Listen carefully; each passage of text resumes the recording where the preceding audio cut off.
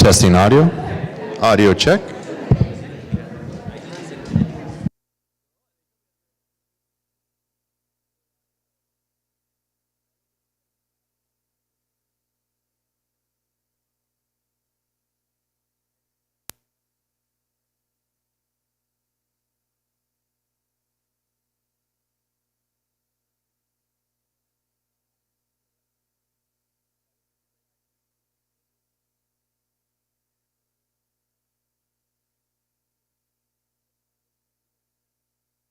Testing audio.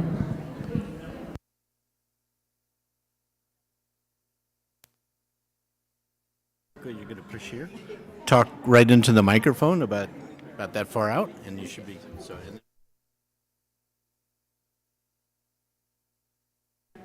Hi, testing. And you don't have to hold it on. You'll see the light. And it's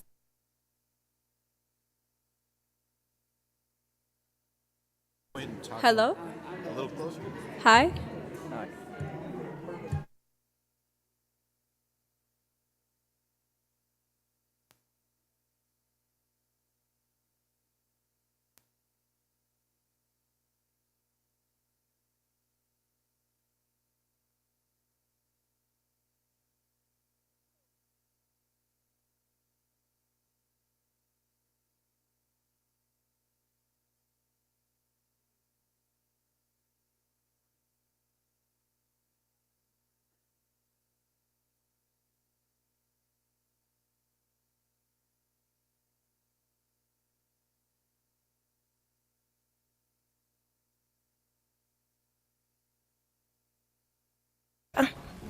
Estamos por iniciar la junta de la mesa directiva para el distrito escolar de Gadsden.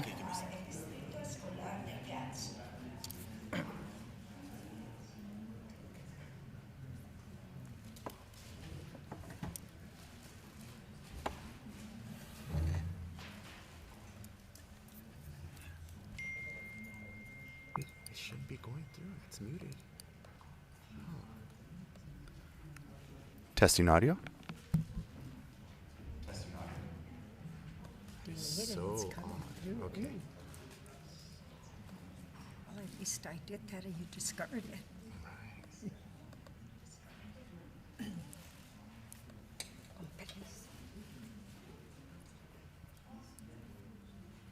How is that possible?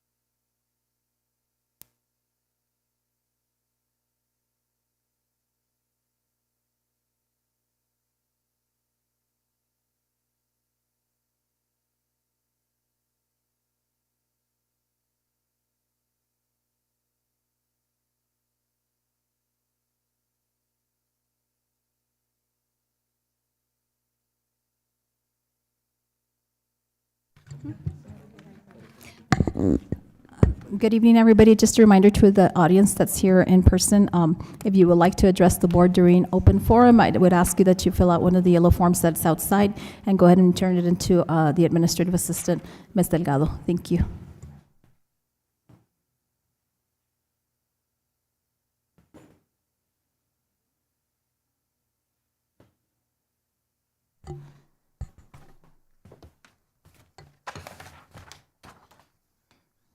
Okay, so good evening or good afternoon, everybody. Thank you for joining us. Those of you who are in person, thank you to those of you who are joining us through streaming, and then thank you to those of you who will eventually see the recording. Thank you for staying up to date with our board meetings. So I now call this meeting, the Gadsden Independent School District regular school board meeting to order. Today is Thursday, February 6, 2025, and the time is 5 p.m. Ms. Delgado, can you please take roll call? Ms. Flores, Present. Mr. Lira, Present. Mr. Morales, Present. Ms. Murillo, Present. Ms. Rodriguez. Present. Madam President, we have established quorum. Thank you, ma'am. Please stand for the Pledge of Allegiance and the salute to the New Mexico flag.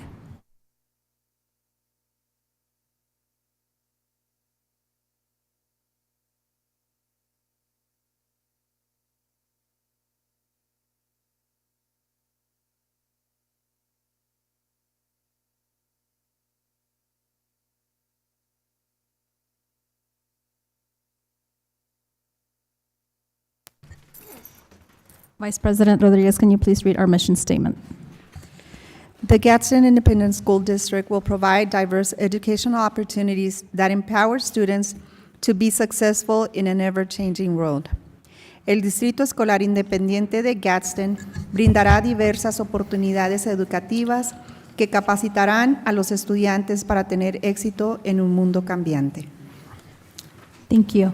Moving on to item 3 on our agenda, Superintendent Dempsey's district updates and recognition. Superintendent Dempsey. Thank you, Madam President, board members. Thank you for joining us this evening.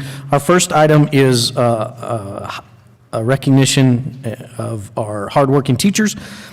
Mr. Hernandez is going to help us with this item. These are the high reliability teacher certification level 1. Mr. Hernandez. Hi, good afternoon, Madam President, members of the board, and Superintendent Dempsey. Really happy to be up here. Last week we had the opportunity to attend the HRS Summit, which some of you have attended before in San Antonio. Took approximately 100 people. It was just a great way to see our teachers just really engage in some of the national research and some of the very important pieces that are happening across the country. At that conference, we also had the opportunity to see several of our teachers who have received the High Reliability Teacher Certification, Course 1, Level 1. There's 2 courses to this Level 1, but it's such an important feat for our staff as they improve their craft and as they support students to the most research-based practices. And so very excited about this. Ms. Lugo will be presenting on this piece. I know that Ms. Lugo, last time we had our board meeting, presented on the National Board Certified staff. And if you recall, she's our professional development coordinator. And for anybody who's done logistics, you could understand how crazy that can be with trainings for everything across the district. On top of that, she takes with her support team to coach and mentor our National Board Certified candidates. And now she's taken on being the lead for the High Reliability Teacher piece. And we also have a High Reliability School model that we're also working on with one of our campuses, which is Santa Teresa Elementary. The majority of the teachers who received the High Reliability Teacher Certification are from that campus. We have others spread throughout the district right now. And a lot of that is for the vision that Ms. Ward, the principal, has, and their instructional coach, Damian Flavian. And so the support that campus is receiving, we're so proud of what they're doing. Very excited to see what the future holds for our district. And so I'm going to go ahead and pass it over to Ms. Lugo, who will give you some more information and some more insight on what we're doing as a district in order to improve our instructional practices so that our students are more successful. Ms. Lugo. Good afternoon, Madam President, members of the board, Superintendent Dempsey. The High Reliability Teacher Certification Program is another initiative that we support in our district in order to promote teacher growth and development. And tonight, we recognize our first group of teachers who have successfully completed Level 1, Course 1 of the program and are now advancing to Course 2. This certification consists of 3 levels, involving online coursework, lesson recordings, self-assessments, creating goals, and student feedback. They're all focused on improving instructional practices. HRT has been very successful because it aligns perfectly with our big ideas for the district that are aligned with the high reliability schools. In particular, with level 2, effective teaching in every classroom, and level 3, guaranteed and viable curriculum. And we have received excellent feedback from the teachers that have already completed course 1. And I would like to read some of those testimonials because it proves that this certification is really impacting them in their teaching. So if we go to the next slide, here are some of them.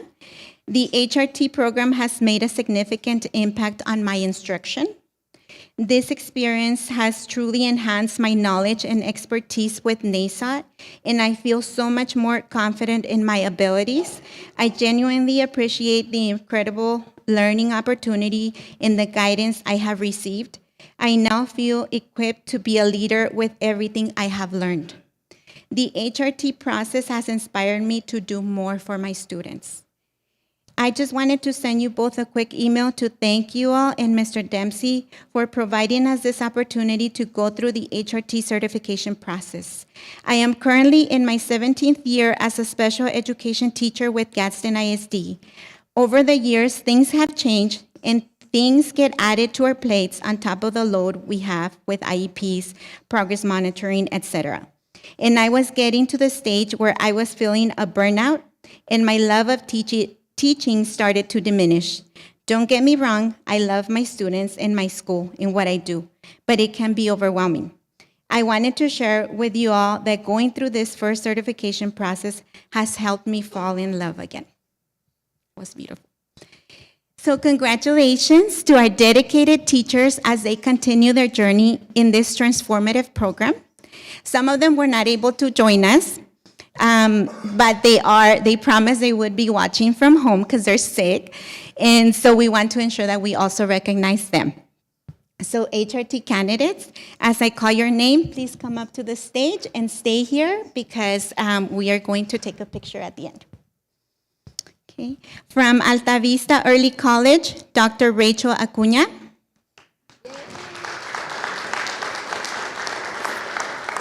From Santa Teresa High School, Leslie Johnson. From Gadsden High School, Myra Grease.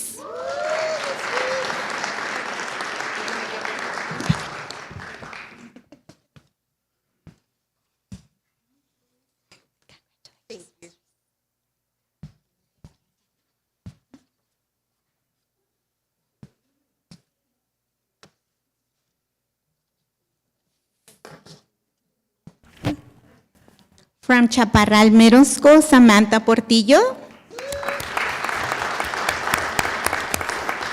From Chaparral Elementary, Viola Garcia.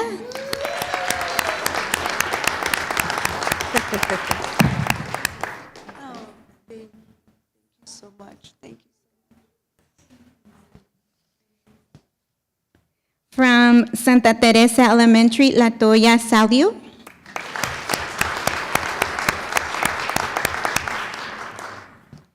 From Santa Teresa Elementary, Alejandra de León.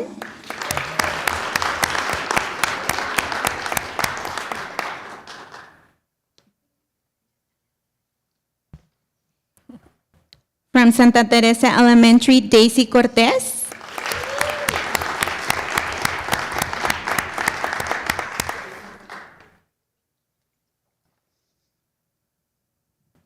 From La Unión Elementary, Jody Luján.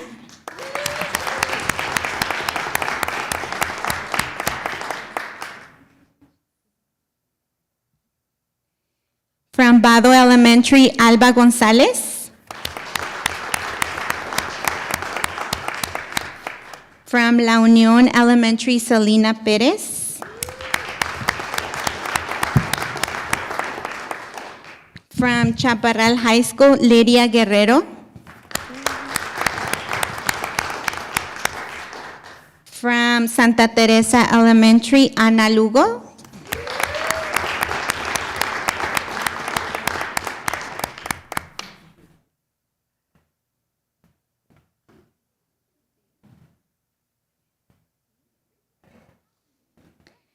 From Santa Teresa Elementary, Ben Rivera.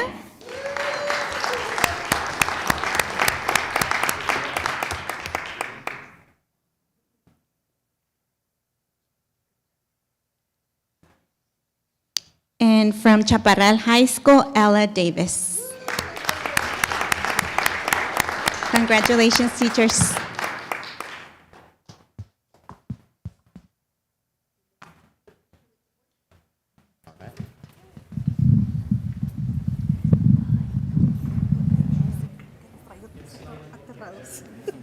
Para variar.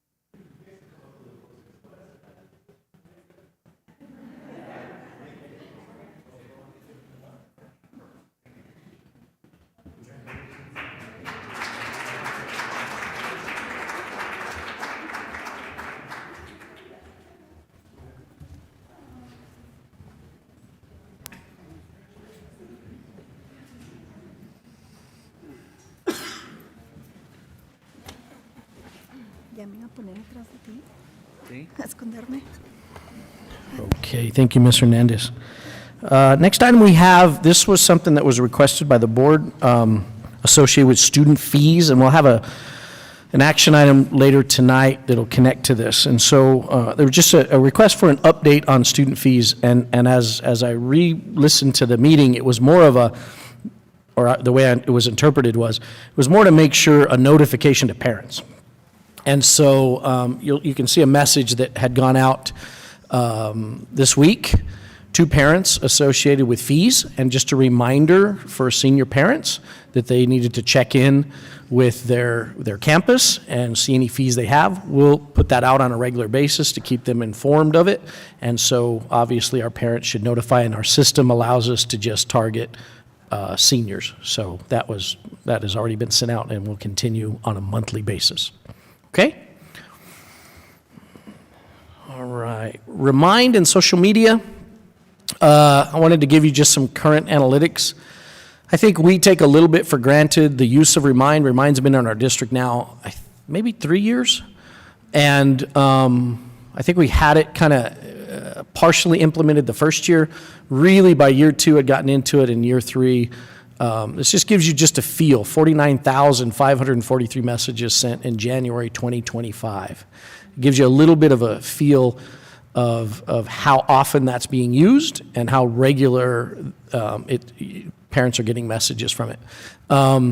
This gives you an idea of the sender rates, the weekly message sender rates, and gives you just some idea of that. If you go ahead and scroll that a little bit. This is an engagement rate. So each one of those shows a particular message that went out, and it'll give you an idea of how many people it received or interacted with it. And so you see our highest was 6,000 people interacting with it. And you see lower ones, obviously, as well. And so that just gives you a feel for. And a lot of things I would share, I know we're talking about surveys a lot lately, and with budget coming up, consider, if somebody gets a link and they could answer a couple questions in a few seconds, the likelihood of getting a good response is pretty good. If they start and it feels like there's 102 questions here, the likelihood of them finishing that survey is not very likely. And so you got to make it convenient for them, or you probably won't get a great response. Go ahead and scroll that. Social media, 6,552 followers on Facebook, 1,189 followers on Instagram, and on X, 922. And then if you scroll just a little bit, we do have a YouTube channel with 1,900 followers on YouTube and 233 videos, which include each of our board meetings now.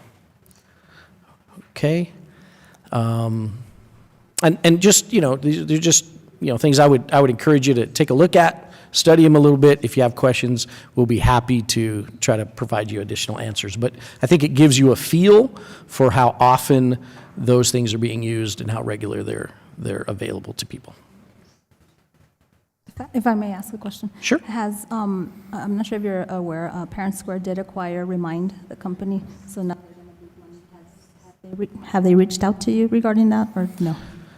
We have some information regarding that, and so, I think at the end of the day, the goal being, do we have a standardized system that everybody has access to? As tech companies sometimes do, if it's a good product, it sometimes does get sold. We hope that we can hang on to it. It's worked well for us, I think, at some levels, but we'll just have to see how the future, holds. And there's new technology always coming up, so there may at some point be something that aligns better for whatever reason. But right now, we want to try to be consistent and try to maintain what we have right now. Okay. Next item is the NMSBA Board Institute, which is coming up next week. We had a request from the board to plan some student travel. We are taking the winning teams from the STEM Festival, Project Search participants. The dates of travel are February 12th and 13th. Is that correct? Is it the 13th, 14th? I'm sorry, so that's incorrect. So we'll correct that. It's the 13th and 14th. They leave. So keep this in mind. I want you to, it's a little bit different the way we had to do this because we're not taking Suburbans now. We're taking a full bus. And so I had to arrange a driver. And then for hotels, for this size of group, the best and safest place actually, because most of the hotels in Santa Fe that are going to be available are going to be more of a motel style where you have an immediate access door to the exterior, right, to the parking lot. That's not smart typically to keep students there, so they'll be traveling back to Albuquerque that evening and staying in Albuquerque in a hotel that's got a little bit different setup. So the dates of travel are the 13th and 14th. Total number of students, I believe, was about 30 or 31. We have 2 sponsors and a bus driver, and then if you click on the agenda. So they'll depart at 7 a.m. on Thursday, February 13th from Alta Vista Early College High School. They're going to meet at one central location. They'll start heading north. They'll have a stop in Las Lunas to have lunch at Chili's, arrive at the Capitol around 1:30. So at that point then, we would begin the tour of the Capitol, meet with area legislators, state dignitaries, visit representatives and the House of Representatives and Senate chambers, have some free time there at the Capitol, depart from the Capitol building, dinner. Now that dinner, my understanding was, Ms. Murillo, you were going to help arrange something there. And so I've left that open. If that doesn't play out, please let us know immediately, and then we'll get a PO in place. We have no problem whatsoever taking care of that meal. Arrive back then at Crown Plaza in Albuquerque around 8:30. They'll stay the night there, wake up Friday morning, have breakfast, depart from there, lunch in Tier C at the subway, and back at 1:30. Okay? All right. Thank you so much. And again, 2 sponsors. Okay. And this meeting, we have our student activities representative, Kaylin Dinoco, who is a 10th grader at Gadsden High School. Hello, my name is Kaylin Tinoco, and I am a sophomore representative for Gadsden High School.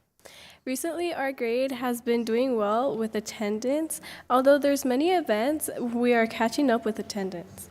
Not only that, but our grade has been more active with organizations like DECA, FFA, and more. As I am currently in DECA, I have been giving opportunities like going to Florida, teaching elementary schoolers such as Loma Linda about the marketing program and DECA, and being able to participate in the STEM Festival, which our team has won, and we have been granted with the chance to go to Santa Fe, New Mexico in a week for the legislative session. As the softball, baseball, and track season get closer, many of our students of all grades are excited to begin.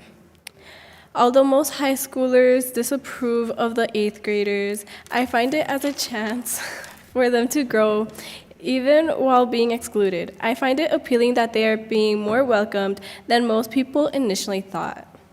I am proud to say that most people in my grade are continuing the bilingual program. Any questions?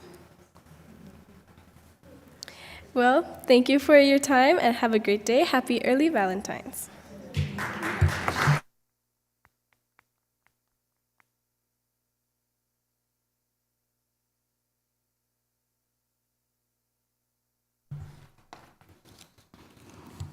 Thank you, ma'am, for joining us this evening.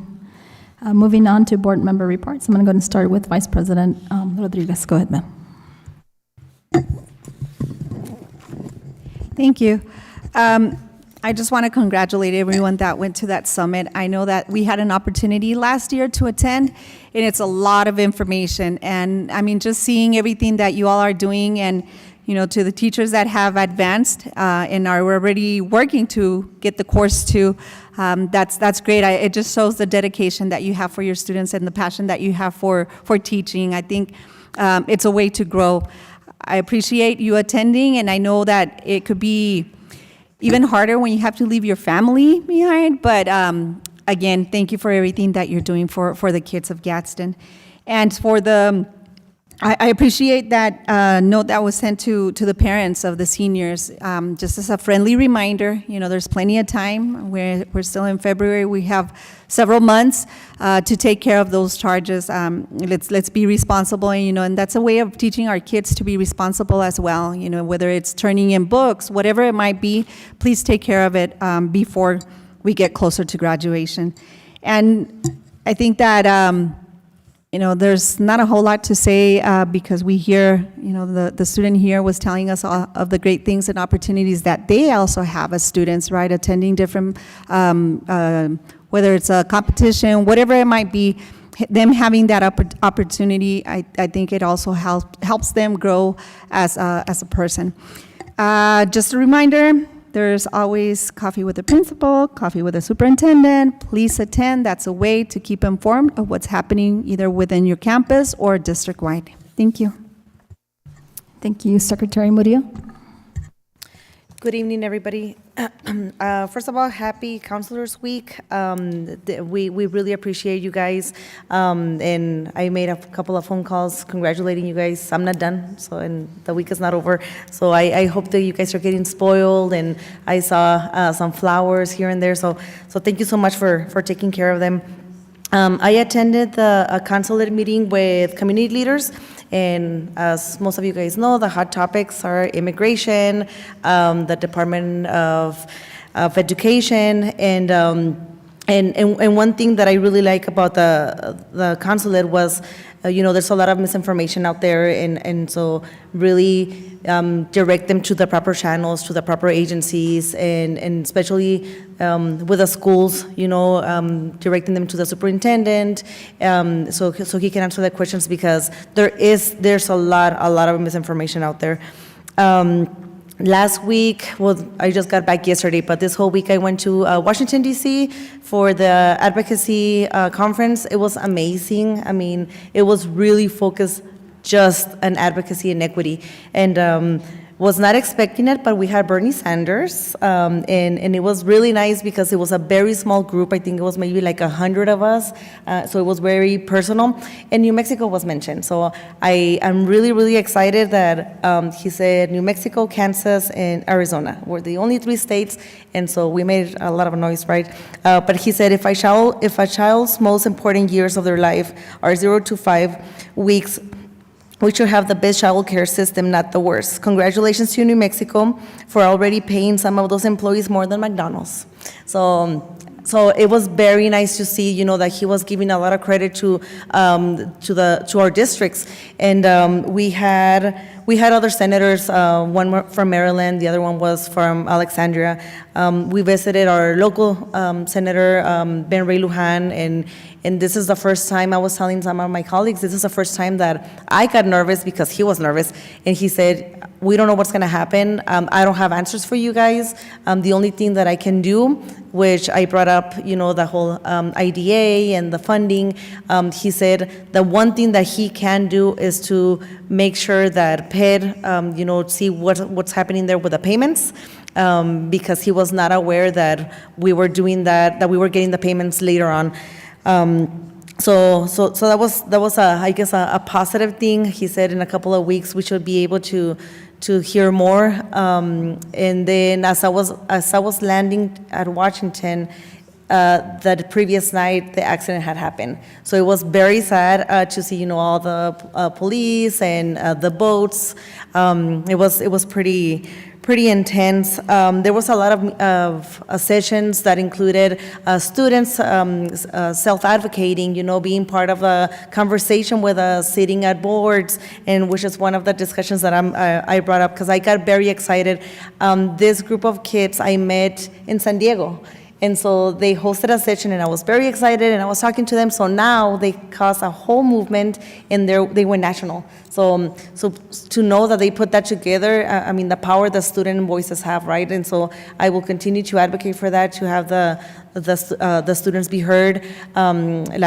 Our representative, she's gonna go to Santa Fe as well, and I think it's a great experience, especially when you're young, right? Because you don't get those many very often, and to go to the legislature, to meet with representatives, and then to even learn what legislation is, because a lot of kids don't know what our representatives do, our senators do, and the power that they have, right, and the power of voting, and so. I do want to end with something that it was mentioned a couple of times. It was like about 5-6 times, and they said that the most important gap is the engagement gap. So I'm going to encourage you guys to continue to encourage our students and to be engaged, in any conversations, even with adults. We see them, like I call them, they're tiny humans, but I can't say that word anymore because one of our speakers, he said, I'm being called a tiny human. I'm like, okay, I need to stop that. I was just meaning because, they're little kids. But I love our students, and this is one of the reasons why I'm here. And so that concludes my report. Happy Valentine's Day. Thank you, ma'am. Moving on to Board Member Lira. I just want to congratulate the teachers that are here. Thank you for going above and beyond. It means a lot, and I know I'm going to echo on Mrs. Rodriguez. Leaving for training, it's hard, I know it, so thank you guys. That's it on my end. Thank you. Thank you. Moving on to Board Member Morales. Thank you, Madam President. So I'll be very quick. Again, to those teachers, you guys, stuff that you guys do, I certainly think and hope that your colleagues find you inspiring and choose to follow your path.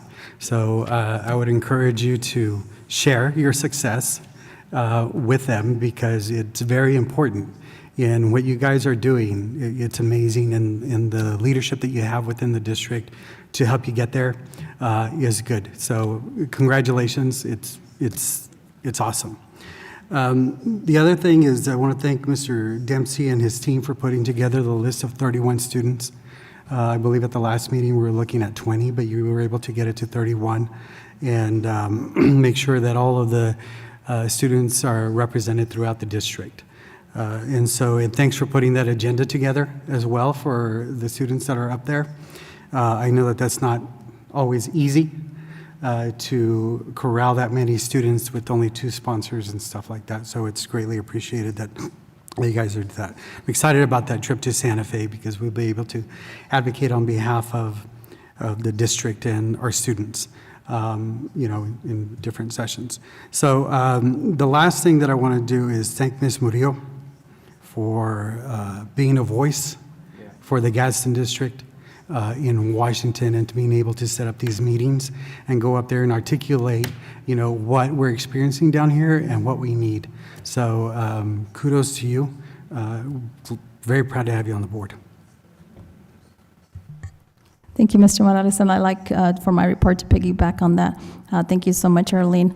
I know that when that accident happened, I immediately texted you to make sure you were okay, and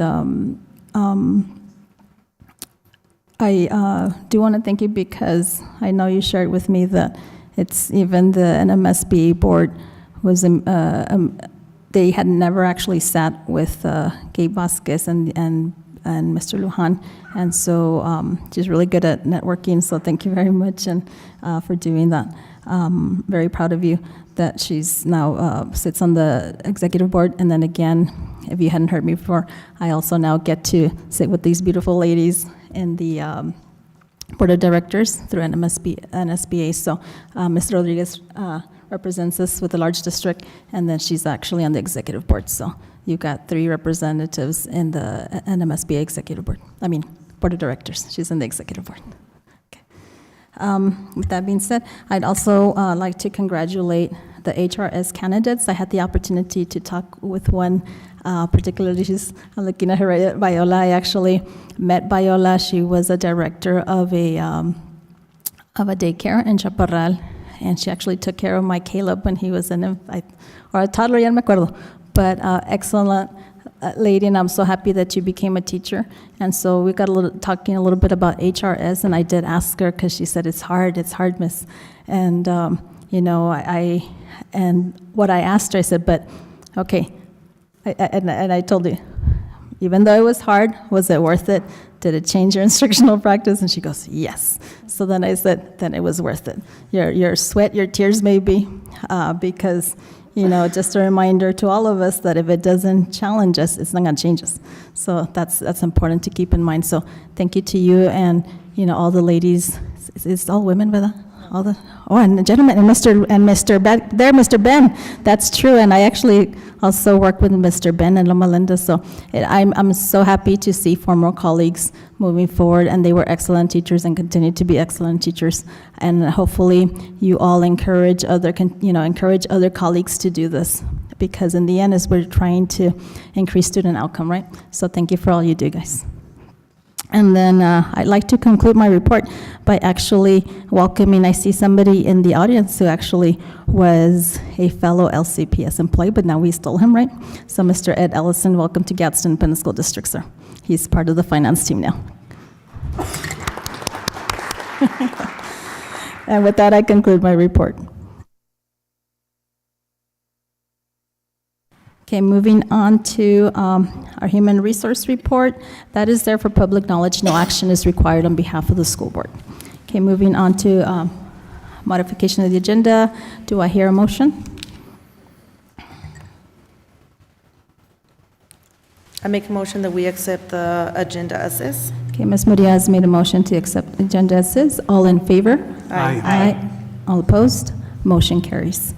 Moving on to item 7, I'm going to go and make a motion that we accept the regular school board minutes for January 23rd, 2025. All in favor? Aye. Aye. All opposed? Motion carries. Moving on to consent agenda. Are there any questions, comments, or concerns? Okay, do I hear a motion for that? I'd like to make a motion to accept the consent agenda as is. Ms. Rodriguez has made a motion to accept the consent agenda as is. All in favor? Aye. Aye. Aye. All opposed? Motion carries. Moving on to open forum. Ms. Delgado, do we have any speakers for this evening? Madam President, we have none. Okay, thank you. Moving on to action items. We do have 2 action items this evening, so we're going to begin with action item 10A, school calendar for 2025-26. Superintendent Dempsey. Madam President, board members, Mr. Wogermuth will present this item. Good evening, Madam President, members of the board, Superintendent Dempsey. I'm glad to be back about the calendar. We have our results. Just a few quick reminders about our calendar process. Our calendar is to prioritize student learning, maximize teacher planning, and of course, it's the initial step in budget, as we always discuss, and of course, can change yearly based on NMPED or legislative action. This was our timeline that we followed, a similar timeline the last few years. I'll bring your attention to the last 2 bullets. We had our stakeholder voting window for 7 days, 7-day window, I think, last week. That's right, from Wednesday to Tuesday. And then we're presenting tonight for possible action. Again, our priorities and considerations: we want to protect our planning time. We want to examine how we're using our planning time, the early outs for our Marzano level 1.4 indicator. How do we use our PD days, and making sure we have those available. Again, requirements. We also got to remember the requirements from the legislature and the PED. They are in session now. No indication of any changes to be occurred. Been watching the bills, haven't seen anything in particular. However, there was just a ruling by a judge regarding the 180-day requirement.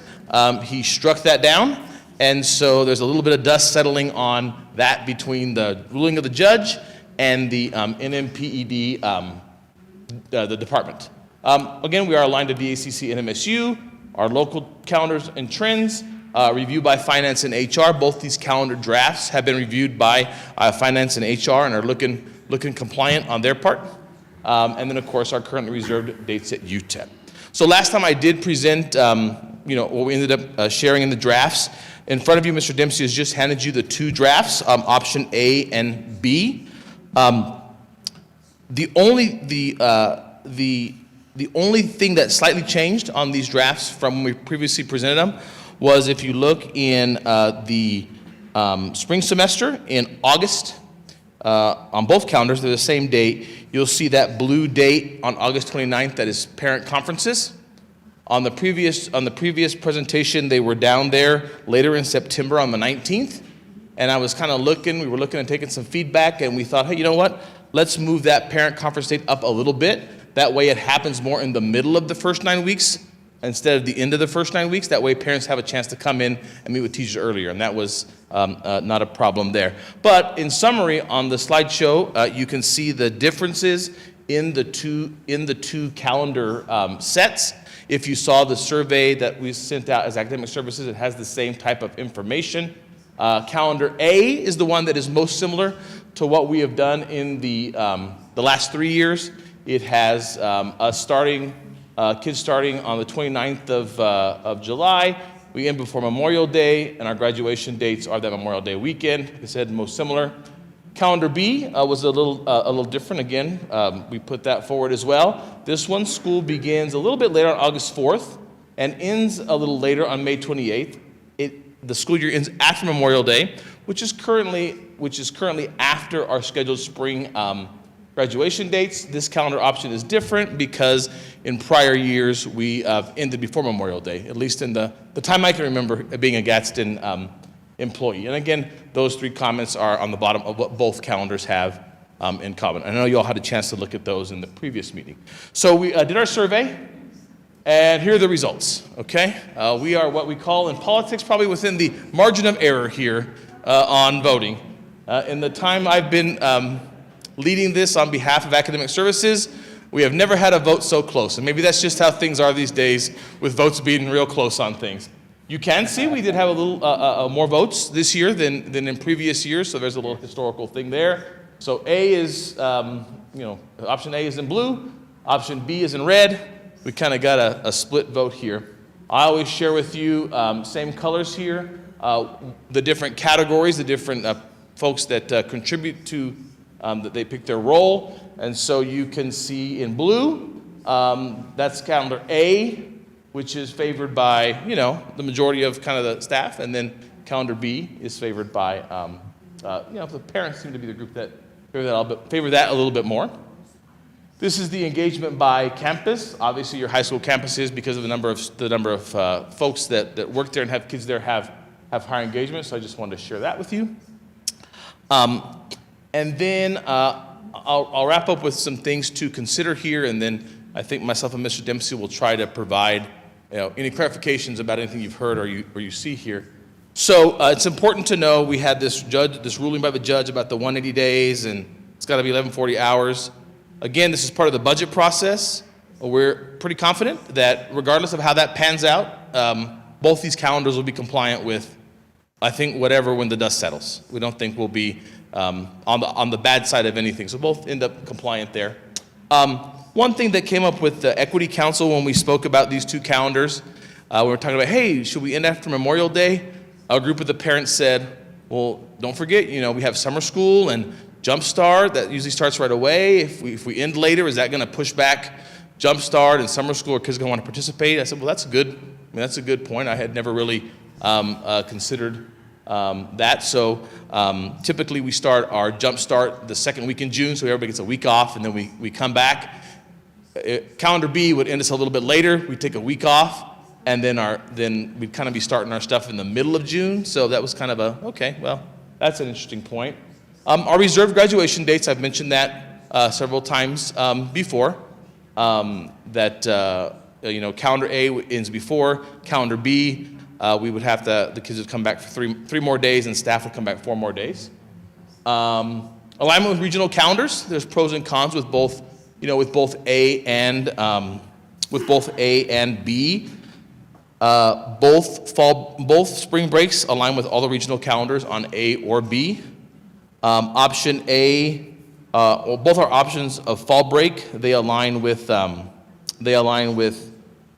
probably what's going to end up being LCPS's fall break, at least one of their fall breaks, however their calendar pans out. It overlaps with El Paso EPISD only has like a 3-day fall break this year. It aligns with that. It also aligns with the week of Socorro's and probably Isletas. Again, the way Canal-Theo's final calendar was structured, that's the missing overlap this year is with Canal-Theo with fall break. The other alignments are calendar A with the little bit earlier starting date. Leans a little bit more towards some starting dates that we're seeing on a couple of the proposed LCPS calendars, the start and end dates.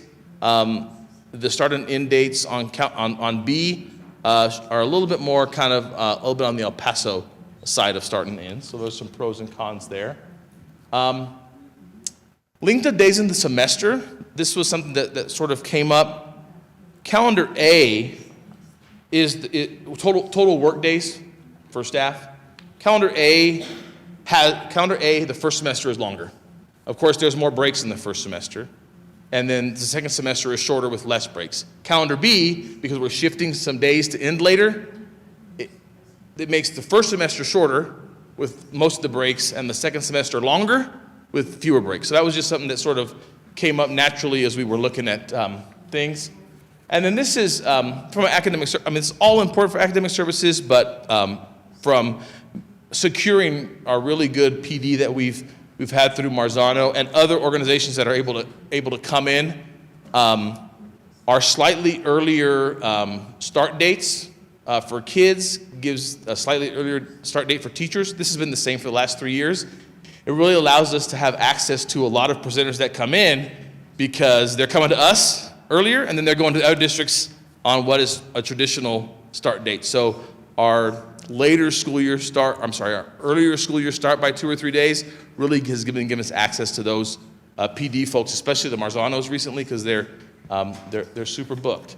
And so that is where we're at. I'll shift back to this, and then myself, Mr. Dempsey, will be happy to answer any questions or provide clarifications as best we can. Questions, comments? Mr. Morales. Thank you, Madam President. Looking at the Judge Hunter's decision, do you anticipate or have you heard anything about, this is a two-part thing, about PED appealing the decision? And if they do, would it be safe to assume that by the time that is litigated again, that it's not going to affect the next school year and we'll have to deal with it again next year?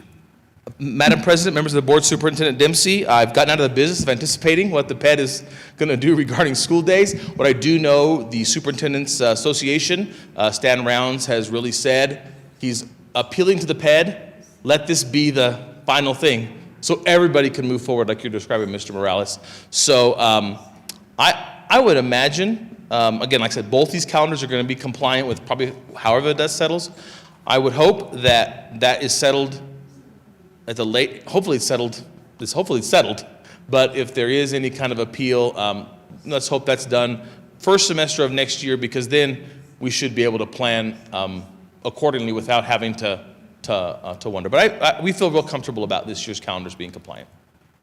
And follow-up, I'd like to know Mr. Dempsey's opinion on the two calendars. Madam President, board members, it really is a mixed bag.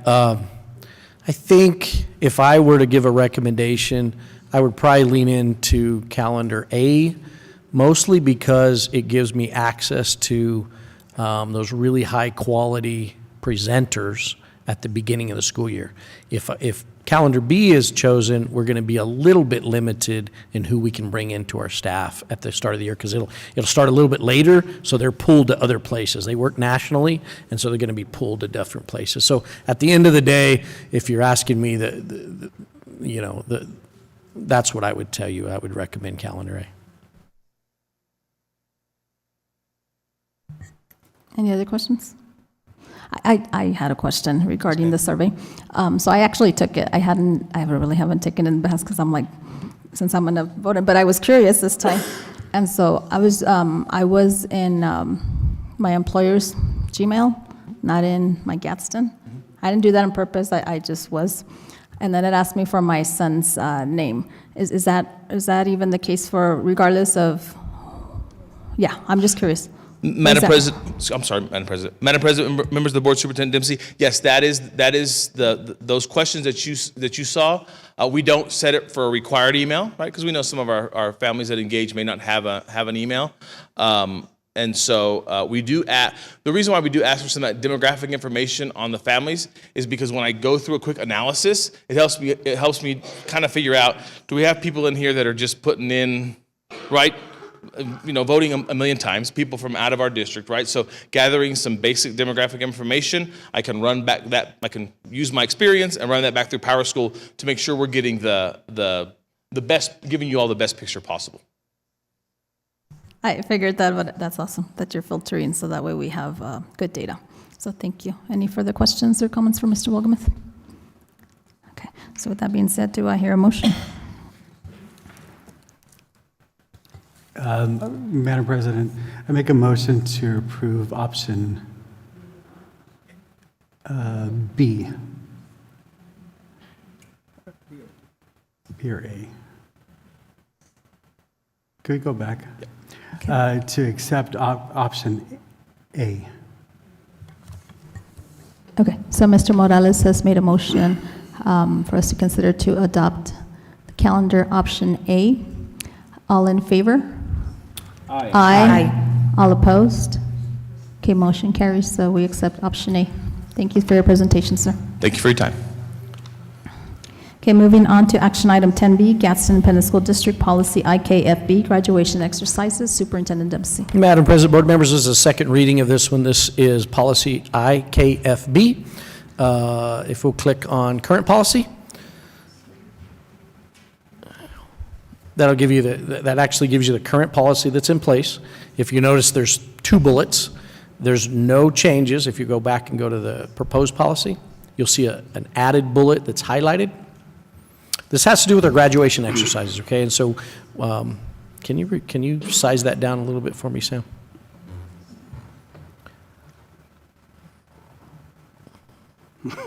Thank you. Okay, so the bullet that's added, and this. Students who choose to participate in the graduation exercises are required to wear district-approved attire, including a cap and gown in the designated color. Additionally, students may decorate their caps, provided the decorations comply with the guidelines outlined in the campus-issued graduation contract. Mr. Snowdy, if you'll go to this is the do's and don'ts of decorating caps that was established by a group of students, actually, and myself, and we walked through those pieces. We tried to emphasize the things that we thought were worthy of recognizing, such as extracurricular activities, and it gives you a list there, thanking or showing appreciation for family, friends, or grandparents, honoring loved ones that you've lost, recognize the university you will be attending, recognize the branch of military you'll be joining, favorite sports teams, characters from books or cartoons, and inspirational quotes or sayings. The things we want to make sure we stay away from is obscene or profane, vulgar, or lewd language or pictures.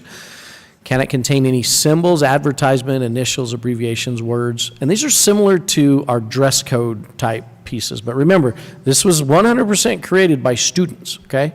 No affiliations with gangs or anything of that nature, no threatening or anything that would threaten the welfare of any person. Nothing hanging out the sides. We want to try to keep that all on the top. We asked for no blinking lights. I think we've gotten away from that. We may have to have another conversation about that. I may have to reissue another memo.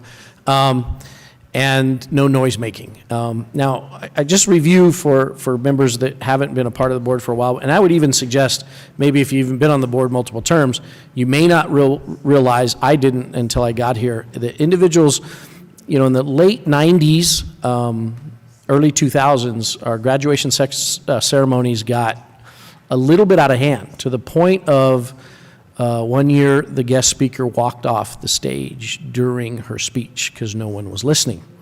I've spoke to salutatorians and valedictorians that their parents never heard their child's speech. And so a lot of structure was put into these ceremonies. They were, right? Because this honestly got disrespectful, and it did not show the quality, in my opinion, the quality and type of students and families we have here in Gadsden.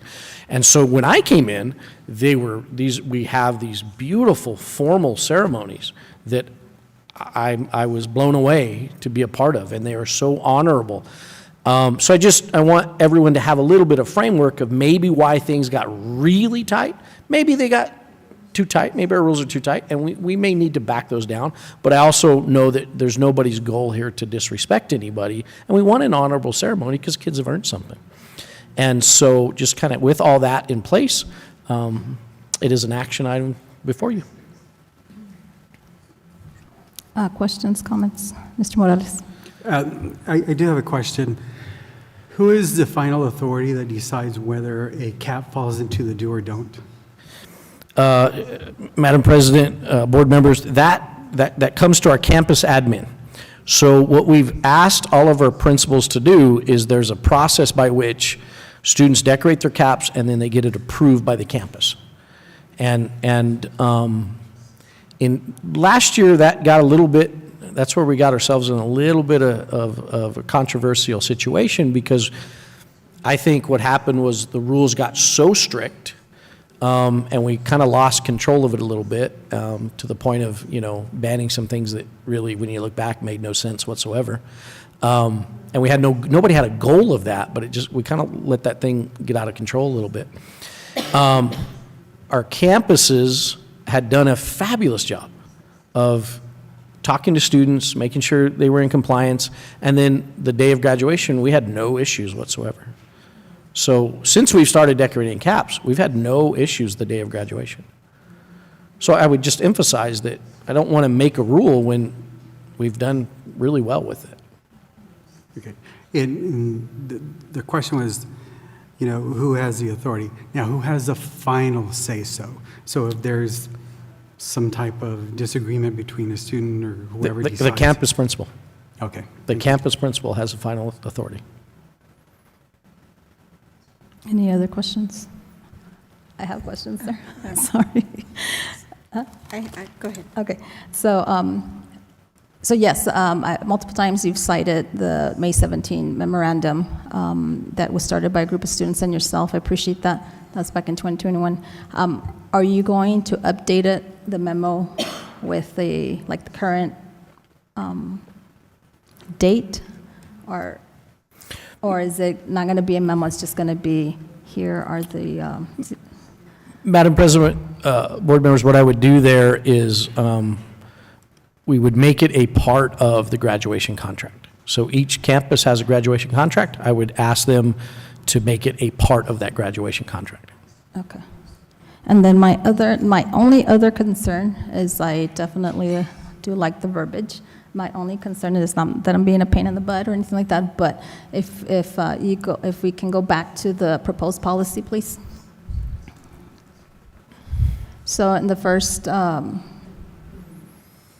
it says students who choose to participate in the graduation exercises are required to wear district-approved attire.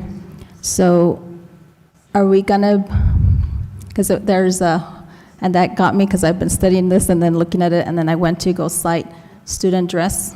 So if we look at JICA in our policy, that does state that the board recognizes that each student's mode of dress and grooming is a manifestation of a personal style and individual presence. That's not on there. I'm reading, if you guys are curious, I'm on policy for Gadsden, and that's JICA, if you would like to reference that. And it states again, the board recognizes that each student's mode of dress and grooming is a manifestation of a personal style and individual preference. The board will not interfere with the rights of students and their parents to make decisions regarding their appearance except when their choices affect the educational program of the schools or the health and safety of others. The board authorizes the superintendent to develop and enforce school regulations prohibiting student dress agreement, it goes on and on. I just want to make sure, because I know that certain schools require certain dress, and so is that going to be a conflict? Madam President, board members, I don't believe it'll be a conflict. I think the way after, and for even new members to just understand, we didn't just go through a rocky situation with this policy. We went through a full-blown investigation from an outside source who, it turned out the investigator was the former Secretary of Education, Dr. Garcia, who her recommendation was, let the principals manage it. Any further questions, comments, or concerns? Madam Mr. President, Rodriguez. I was just going to, with what Mr. Morales was stating, so administration is the one that has the final say.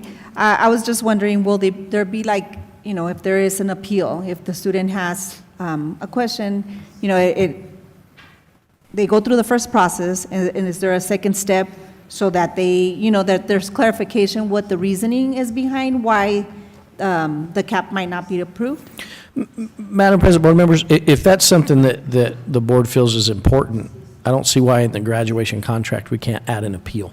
I think there's a reasonable space. We may not understand sometimes how students are expressing themselves, and we might be offended by something, but then we don't understand. So maybe there's a point there that we could work in, and I could make that occur within that contract. Yeah, at the end, I think that having that transparency as for why the decision was made, more than anything. I think one important piece to share, the first time we did this, first of all, it was students who had been through COVID. And, the students that were in school and seniors during COVID lost a year of everything, right? And so trying to give them an opportunity to do something that nobody else had got to do was my goal there. The interesting part about it was when we first started this, there was a group of students who were responsible for approving the caps. And they were way more strict than the adults. And, if I were on campus right now, I probably would do something very similar, is nominate a group of students, maybe your student council or something of that nature, your officers of your senior class, and that be the first level that says, hey, here's the rules, you guys help me with this, and police it a little bit. And I think there's some good community there that gets built and some good leadership skills as well. And then maybe the principals of the next appeal or something of that nature. But I want to give some flexibility to campuses who can be very creative and engage students in other ways. But I like the idea of an appeal. No, thank you. And I think that more than anything is, again, going back to giving the administrators that opportunity, right? They know the students, they know the community. So on that, I think it's a matter of understanding, why this is happening or why the decision was being made. Absolutely. Okay, if there's no further questions, do I hear a motion?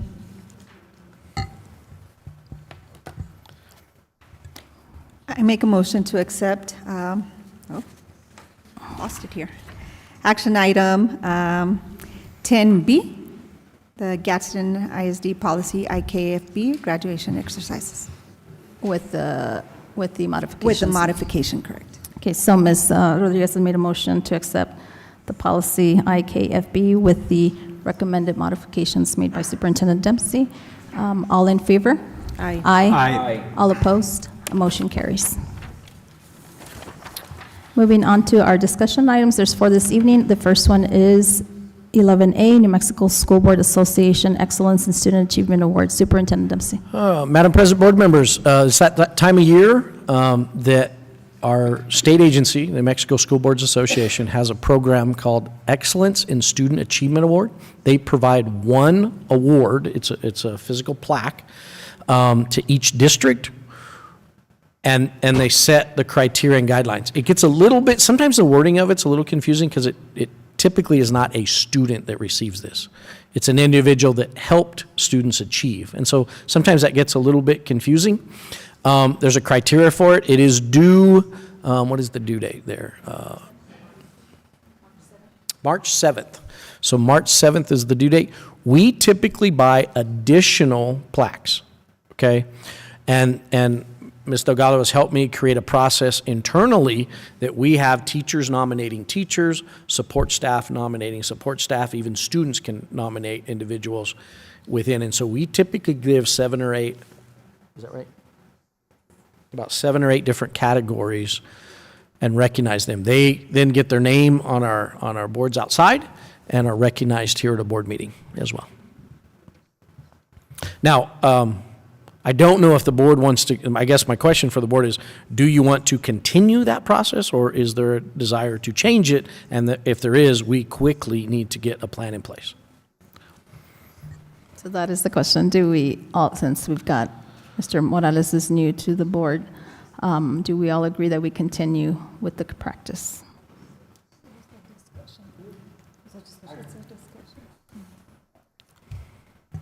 I have a question. Yes, go ahead. How transparent is this process? So the transparency in the process, there's a nomination form. If anyone nominates, it's sent to they send the application. The applications are then reviewed by last year's winners. So the people that were nominated and won last year, they're the individuals that select from the group. So if it's the teacher category, if you will, let's just say there's 15 teachers, last year's winners will now review all those applications and determine who of those are most deserving. So it isn't based, I got to tell you, it is based on the application and how it's written. So, you can only go by what's written in front of you. Someone may be amazing, but the writing may not be as strong. So, I think that's one of the, problems with the system. However, it has worked well, and I think people really appreciate it. And it gives us an opportunity to recognize individuals within our community. I have one more question. In evaluating the applications, or the people within whichever group it is, are they given a rubric? Madam President, board members, the rubric is right here. So if we'll scroll up here a little bit, Sam, you have to help me here a little bit.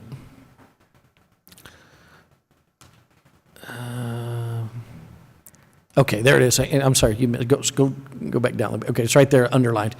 The recipient either is an individual or group that played an important role in improving student achievement at the district level. Recipients may include the following: school board member, administrator, teacher, staff member, parent, community members, or volunteers. And so we're looking for something that had the most impact on students.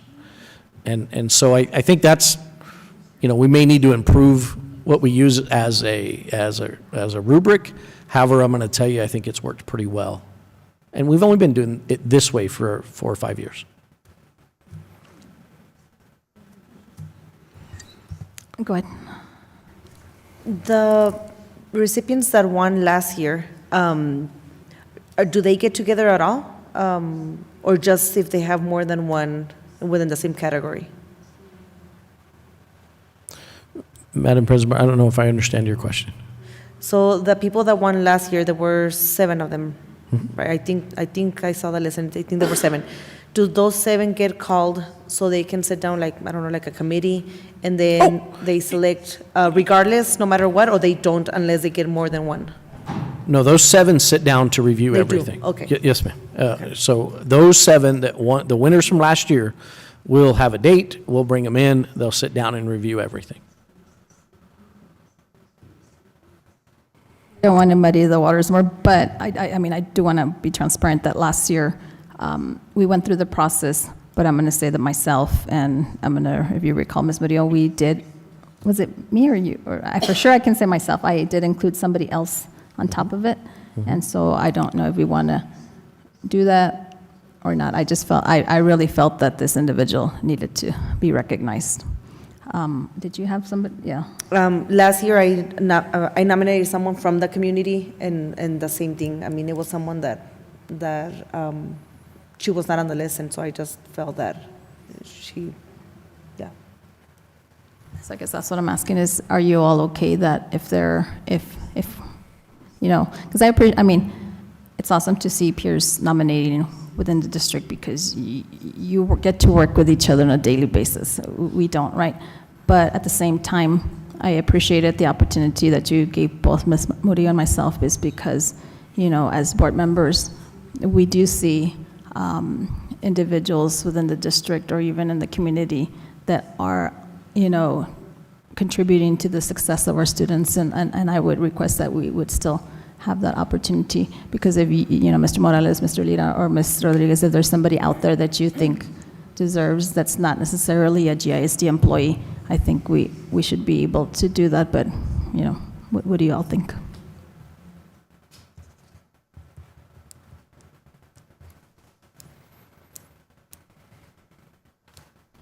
Oh, thanks. All right, so I just have one more thing to say. Well, I say that, but who knows? I've been part of an evaluation team where we evaluated students' projects before from throughout the country that were working on different academic stuff. And the way that was handled was I was given all of their reports and documents and everything, of course, online, because we're doing this across the country. But each contender was assigned a number. So I never knew who I was scoring or how that was being done. So I just never knew. At the end, when I saw the winners, I was like, oh my God, I know that person. And I know this person. And then I went back and looked at their stuff and thought, wow, they really did a good job. But that might be something to consider, just so that there's transparency and you can see, okay, this may be a way to make sure that everybody, because to be nominated in the first place, I think is an honor. But if you have a scoring rubric that says, okay, you haven't met these qualifications and it was evaluated by this person or that person and everything, then that makes it honest. And I've been a judge, and you may laugh, but on the Miss Teen New Mexico, Miss New Mexico pageant. Yeah. But, the rules that they give us are, you got to do this and this and this. But they never gave us a rubric. Well, I established my own rubric.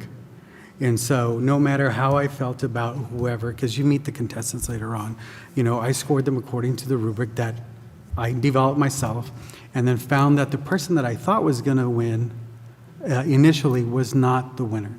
And I was confident in the scores that I turned in. So, it's just food for thought. But I think that the whole process should continue. Thank you, Madam President. I actually really like that idea because, it's not a contest of who you like or you don't like. It's more of what if it merits what the actions that they've done or whatever they have accomplished. So I think that almost it being, not knowing, it creates that transparency. It makes it very equitable between, the selecting. So I like that idea. I just wanted to make that comment. I want to add, do we, let's say that a certain person was nominated last year and won, and then, or like 2 years ago, 3 years ago, do we want to put like a cap? Because, if something is like, give opportunity to other folks, would y'all consider that too? Mr. Dempsey. Madam President, what I think I hear you saying is previous winners are not eligible.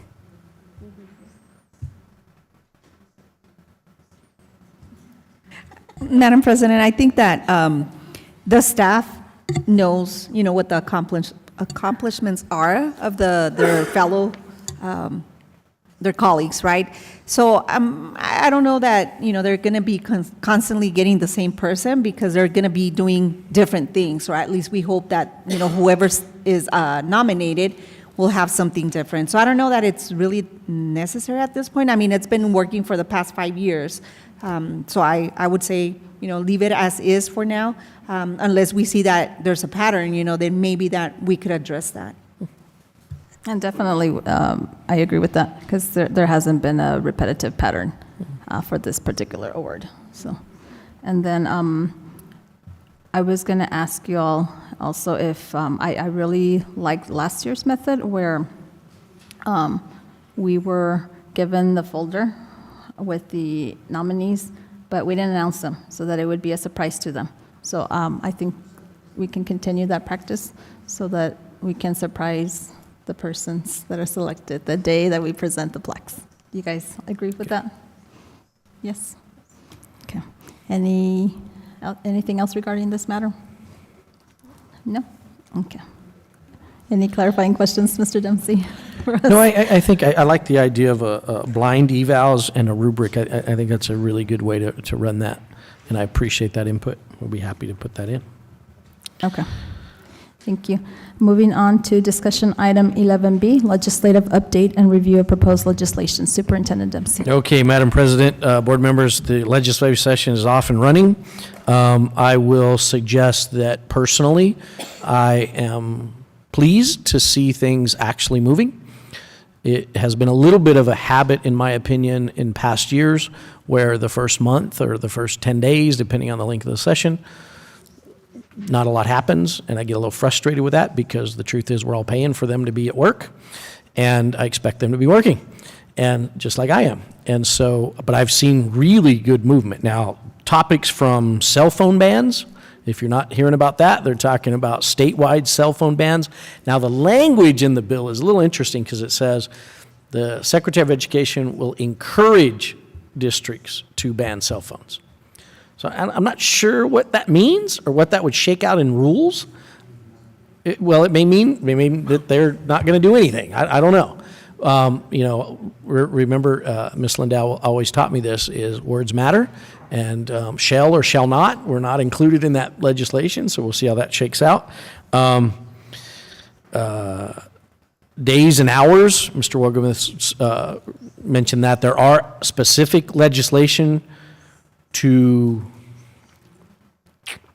clarify whether we're talking about the hours required or the day requirement, which is what got PED in a little bit of trouble. Remember that there's about 32 or 33 rural districts in the state of New Mexico that are 4-day weeks. And on the old rule that was trying to be pushed, they would have had to move to 5-day, and they were incredibly upset about that. So and they ask about the appeal, I see almost no chance of getting that appeal through. I don't think there's any leg to stand on. The language is very clear. So they'll have to change the language if they want to change that, right?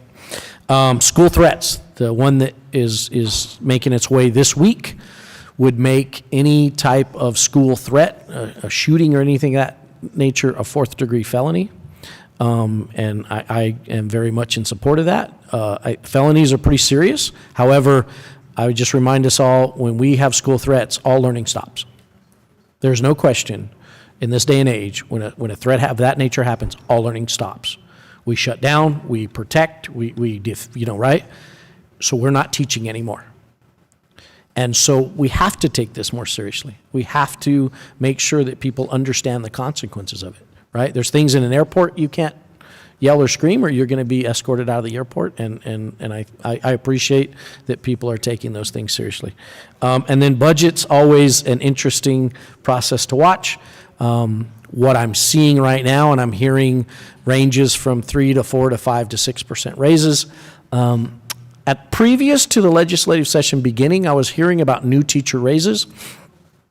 I always caution everybody on just giving new teacher raises, because what it does is compacts the salary schedule, and your veteran teachers or veteran staff typically don't get any type of a positive result in what they take home. And it seems like that is resonating pretty well with our legislators, and they're looking at across the board type increases, okay? So those are the kind of the big ones I'm seeing. If there's anyone that any of you are hearing about or seeing that you want me to keep a real close eye on, I'll be happy to do so. I don't know if you have it now or want to email it to me or text it to me at a different time. I'll be happy to watch anything that you're looking for. Any questions, comments? Okay, thank you. Mr. Dempsey. Okay, moving on to discussion item 11C, budget priorities and survey. Superintendent Dempsey.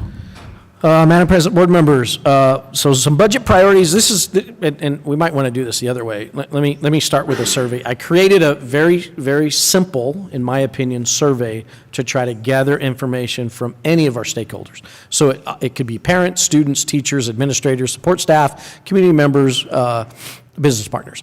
And then I'm trying to determine, when they fill it out, what are they connected to? What school? It may not be, maybe they live near Anthony Elementary. That's okay. Then, what are your needs? And that other is real important to me as well. So what I try to do is think of current legislation, think of current needs that are out there, give them some options, and then give them another. So each one of these, they can give me another. This one question was just, how adequate do you think the funding is for your programs at your child's school? Okay. Is it poor? Is it excellent? That gives us an idea of a range.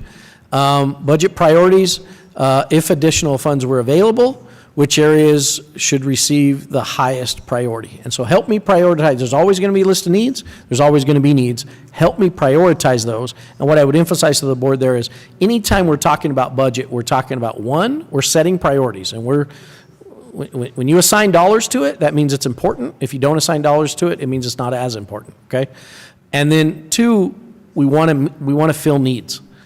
And so needs and wants, we have to understand the difference between those and make sure we're taking care of our kiddos' needs, and then hopefully we get to take care of some of those wants. And then I tried to give some open response, if you will, is give me an idea of specific programs you'd like to see in the district or in your child's school. And then what strategies do you believe would most improve student academic outcomes? At the end of the day, we're here for academic outcomes. Keep the main thing. Teaching kids to read and do math are the main things we do. And what can we do to maybe improve that and help? If you'll scroll down, what barriers do you believe exist? And the reason why it's important, I think, to be able to then, if you think earlier, if I can, there might be different barriers in Anthony than there are in Southern Park and Chaparral. And I want to try to figure that out so that I can try to meet the needs of all of those communities.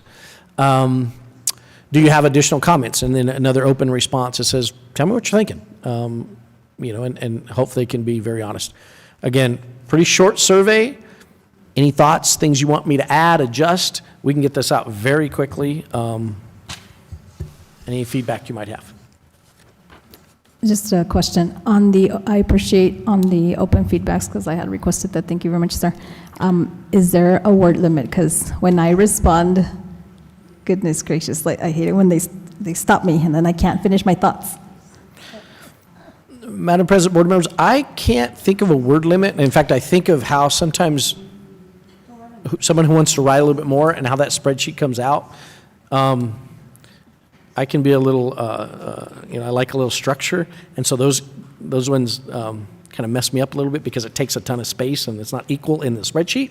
But I can be sure that there's either not a word limit or a large word limit, so we can get the gist of what they're looking for. No, yes, please, because then I was going to ask, it's going to be translated into Spanish, correct? No, of course, absolutely. Okay. And the reason the word limit is because those of us who are blessed with that we speak, that we're bilingual.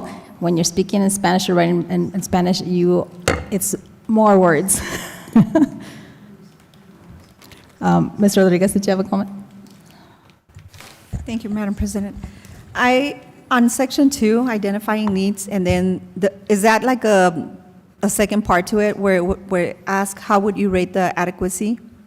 Do you like, Madam President, board members, do you like those type of ranges? Does that give you some information that might help you? So do you want me to include a couple more of those in for each one?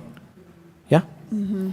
Mm-hmm. Okay, I can do that. That gives you a feel for like the majority of people who took the survey felt this way, right? Okay, I can add some of those in. And then I don't know, I have a little bit of, issue on the wording. I don't know if everyone, I'm trying to find another one. So like that one, the adequacy, right? It's like, are parents going to understand what is meant by that? Like what? Okay.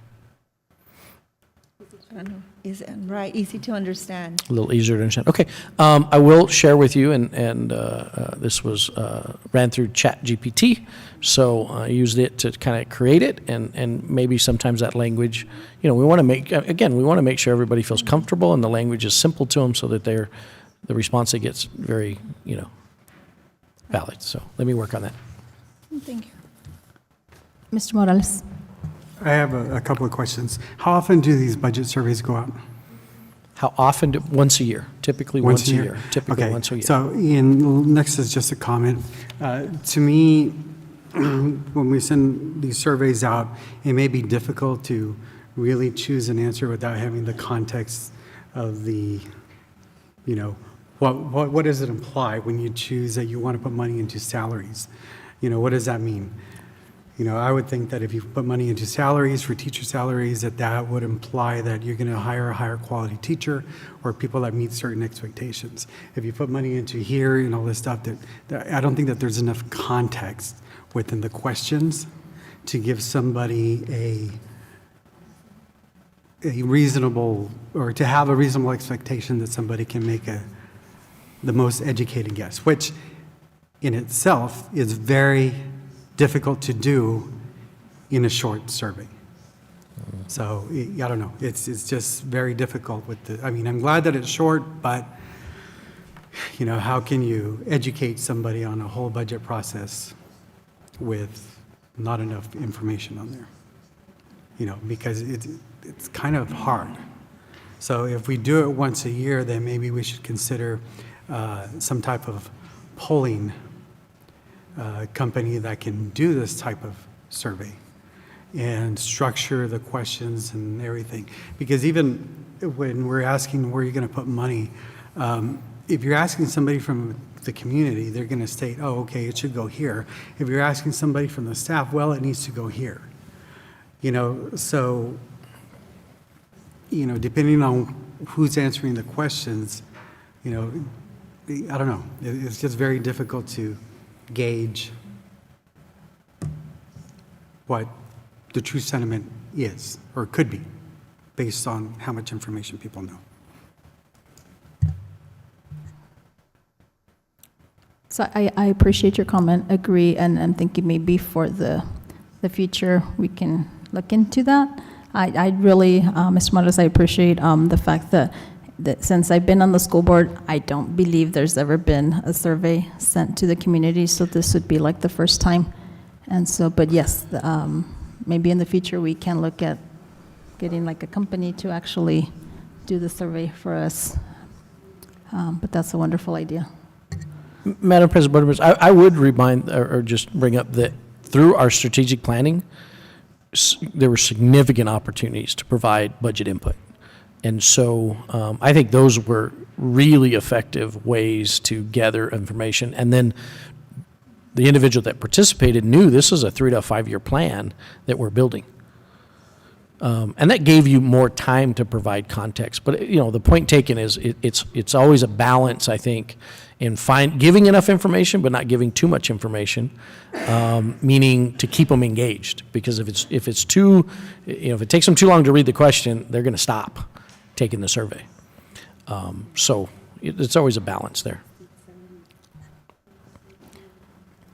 This is a thought, sir, and I'd like to see what your thoughts. So I know Ms. Murillo is big on student voice, and so would there be an opportunity, there's still such a thing as advisory, right, in the high schools or middle schools, so would there be an opportunity we can't force kids to do but provide them an opportunity to do that, and just because it works. When I was a high school teacher at a high school of a neighboring district, it's when we were asking, I forgot what the question was, and I asked my students, I said, do you guys know that there's a survey out there? And they're like, no, miss. So I did ask my principal at the time, are you okay if I can administer or let them, if they want to do it? And no strings attached, no extra credit. It's, we can't force them, none of that. And the majority of them took it, and I just think it's important, to hear their voice. So, just Madam President, I'll just note that in my mind, students were going to take it. I included them there.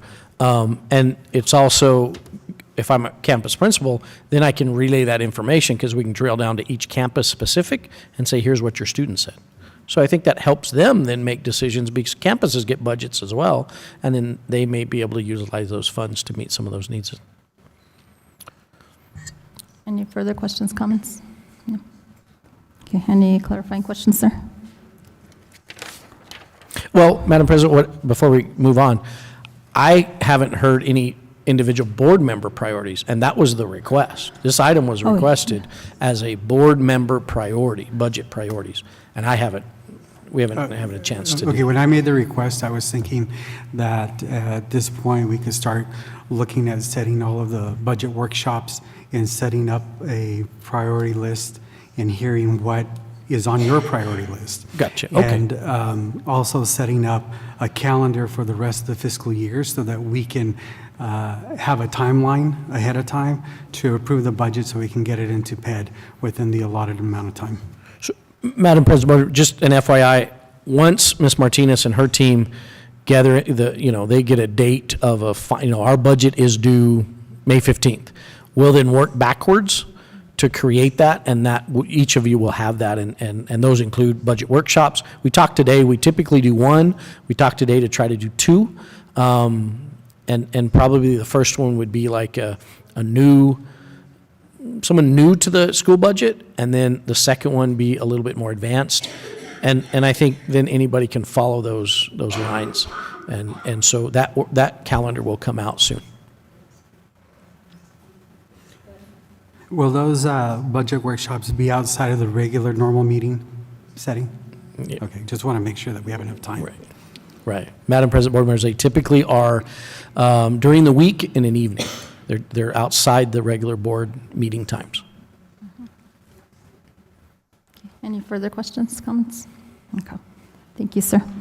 Okay, moving on to our next discussion item, and the final one for this evening is 11D, Advancing Student Leadership and Representation Through Student Voice on School Boards. And I'm going to go ahead and hand it over to Ms. Arlene. Go ahead. So this is something that was, I brought it up 3 years ago. We were in San Diego, and a couple of these students were, they put together a session talking about how important it was, their voice at a local school board level. So I know I attended a couple of them, and I think Ms. Rodriguez attended a couple of them with student leadership, and I like it, but I don't feel like there's a lot of involvement with us. So I think I needed to be more specific back then, and so now I've been trying to educate myself how to give them that voice. So this evening I asked our student rep, would you like to stay? And she said, no, not really. So I'm like, okay, fair. So they're honest, right? And that's exactly what we want, what I want to hear. I want to hear honest. So one of the things that so the two students presented with a leader, but now, so back then it was just a school board. This time they went all the way out 2 years later, and now they have the National Student Board Member Association. So they're like the New Mexico, like the National School Board Association, but now this is led by students. And I think that's awesome because they're bringing up policy, they're bringing up ideas, changes. Some of them, they're a little bit too strict, they're voting members, and I think that's a little bit too much. Some of them, they're limited, that they cannot be part of the hiring and firing processes, so I thought that was kind of good. And then, but the one that I really like, because I'm well, if I'm going to present to you guys something like this, and we're thinking of adopting, and one of the students brought the perfect example, and we're one of them. They said, we don't want to be invited to the board and read a piece of paper of the meetings that we're going to be coming up. They're going to be coming up in our school district, the games, prom, senior night. Those are things that everybody knows about, right? But have you guys taken the time to ask? And we have, for Mr. Morales in the past. There's some times that we have put our students in the spot and be like, okay, this is nice, right? I think it's amazing that you're talking about your accomplishments, but what is going on? Oh, well, let me tell you. And they just start, right? So but I still think that I would like to have a little bit more involvement, even taking them maybe to one of the conferences with us, taking them with us to Santa Fe, taking them to the National School Board Association conference. And some of them were talking about now they have stipends. And the way that we're speaking, I told one of them, you speak even better than a board member. The sessions, if they can come and educate us, they were amazing, and they know what they want, and they're very respectful. There were a couple of people, like, no, your kids, we're here to educate you. But I think maybe not giving them 100% of the freedom of making decisions, but getting the input and making them really part of the conversation. So a couple of the things that can you go to the next slide? Next one. No, next one. Okay, so yeah, go back. Okay, so this is their vision, right? So this gentleman was the one that I met in San Diego, and this time his colleague was there, and I was asking about him because I said, I remember this kid, and they were saying, well, they move on. So some of them, they have 2-year terms, some of them have 4-year terms, or if we wanted to do a 1-year, what they did is because these students, they're so smart, they're not just school board members. They are also in activities, extracurricular activities, they're players. So what they do is that they only go to 50% of our meetings throughout the school year. So I thought that was good because it gives them a chance to plan for the school year. And so they talk about how they're invited to in the decision making. One of the things that they mention is that students are not an accessory to our education, and when they get invited to the table, are they truly involved? And so I'm gonna ask you guys, for what you guys have seen, do you guys think they're truly being involved here at the table when they come and sit? Because in my opinion, I don't think they are. They're just here to read a statement and then they leave. We make decisions, we have discussions. One of the things, and I called out a couple of them last year with Mr. Lira about the cap decoration, right? We said, hey, what do you guys think about this? But you guys are leaving, and you guys are representing your population, right? So we're here advocating for you guys because you guys are calling us, but then you guys don't stay throughout the meetings. Another thing was, so one of the things, and I think it was Ms. Rosie Villalobos that mentioned that chronic absenteeism, and so that's part of their topics too. They bring ideas to the leadership as, okay, this is what I'm seeing at my school. They mention chronic absenteeism, they mention research and what motivates students to go to school. So they did a survey with third graders from Alexandria School District. So these third graders, they said that they love going to school. And then they did this, and it was 78, 79%, they said that they love going to school. They did the same exact survey for 10th graders, and 22% said that they like to go to school. So they were saying something's missing, right? There's a lack of engagement missing, a relationship between students and the administrators, their teachers. So they're trying to get more involved and even bringing up solutions in partnership with the administration, which I thought it was amazing. Can you go on to the next one? And I'll send you guys, because I got the whole presentation, so I can send it to you guys. Go to the next one. Okay, so this is what, go back, sorry. So this is what I was talking about, right? So they serve at a state, local, regional, charter school. So they were talking about every district that was there representing, and they said at least 50% just because they are in other activities. Some of the board meetings, they go longer, right? So if we know that there's gonna be a closed session, or maybe inviting them to the meetings that are at the schools, because we know that those are going to be shorter. And then now having this board, I don't know the membership. They were supposed to call me. They didn't call me because I just got back yesterday.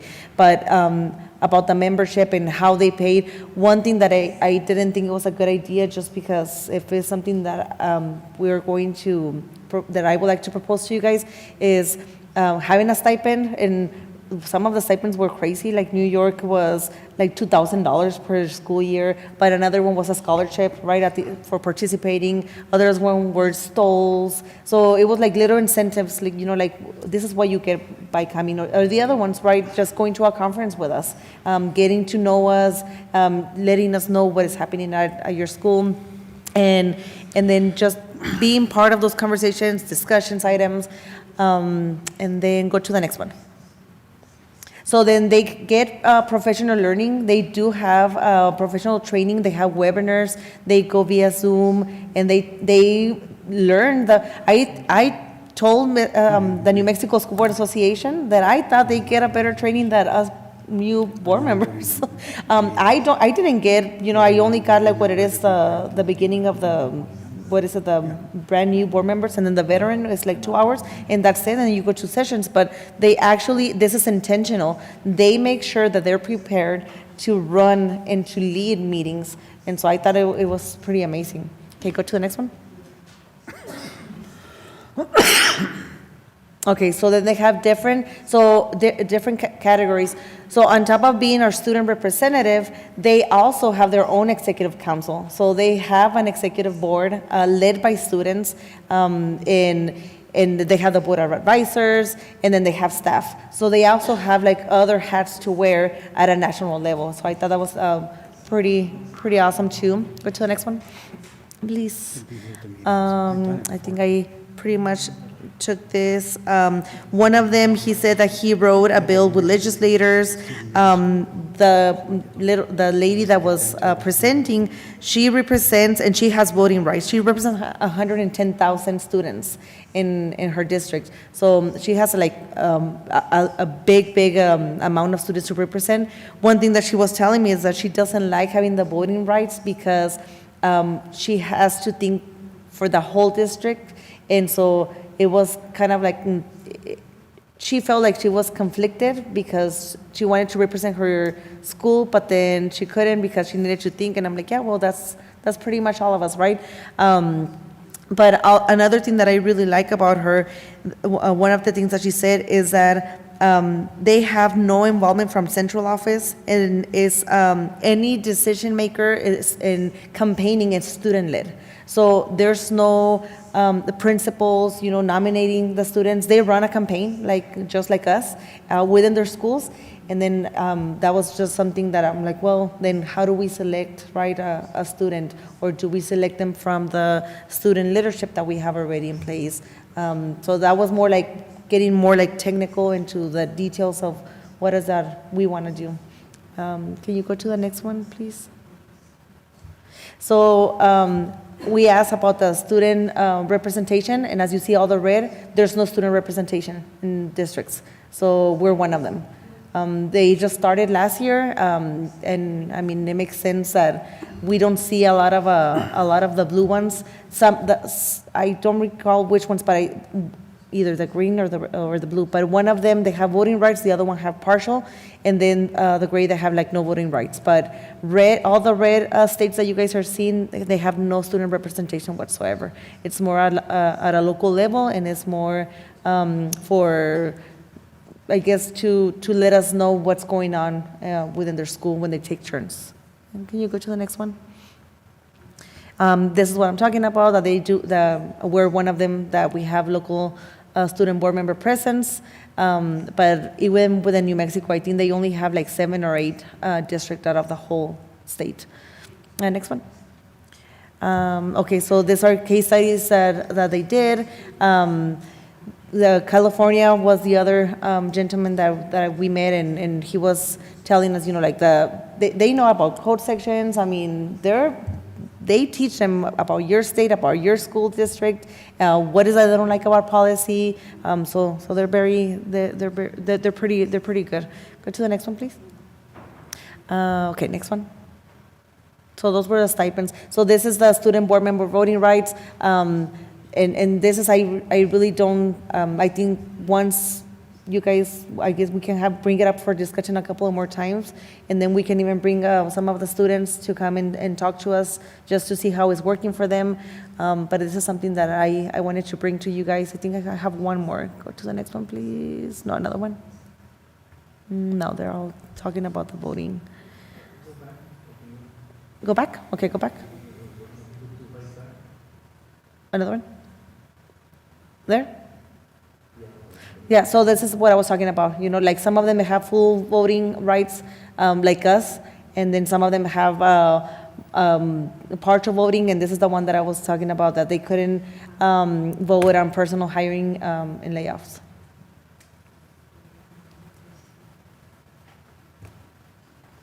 Yeah? Okay. Okay, go to the next one. Okay, so this is just, you know, the education that we get, you know, the challenges and how they're involved. They will be involved in the school district. And go to the next one. And then this pretty much, I've been summarizing that. Keep going. Okay, that's it. So I know it's a lot. I'm going to send you guys a presentation, but I wanted to now bring it out officially just because I seen like the same kids now putting this together. I thought it was pretty awesome, and to hear your thoughts. What do you guys think with what we have? What do you guys think about giving them a little bit more freedom and more of a saying with us? What's the participation right now with students? Well, you've seen them. Oh, yes, sorry. Sorry. Mr. Dempsey, what's the participation right now in the students? I mean, do you think something like this would students engage in something like this, or it's gonna be like a hit and miss? Or, because it's a big commitment for them. I think somebody that signs up for this, it's a big commitment. Madam President, board members, you know, I think always finding a way to try to, you know, engage with students and talk to them is always important. And I love, you know, monthly I meet with the district leadership team, and they are brutally candid with me, right? And we built such a good relationship that if I have a crazy idea, they'll tell me how crazy it is, and, you know.